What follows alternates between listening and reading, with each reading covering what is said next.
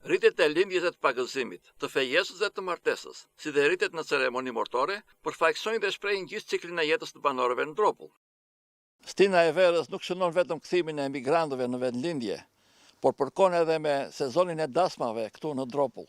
Një sezon që shoqërohet me ruajtjen e traditës, me kultivimin e rriteve në përkishat e fshatrave tona. Një nga fazat kryesore të rritit të dasmës tradicionale në Dropull është edhe rriti i kulaçit. Po çfarë shpreh dhe përfaqëson ky rit?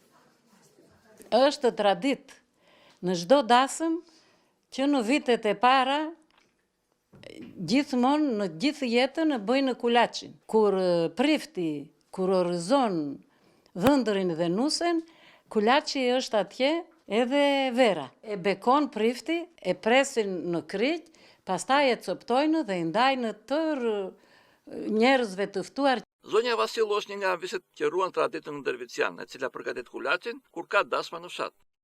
Mua si Vasillo më kanë ardhur të tërë ata që ishin për të martuar dhe u kanë bërë kulaç. Nuk e bëj të gjitha në viset. Tani unë e kam bërë gjithmonë.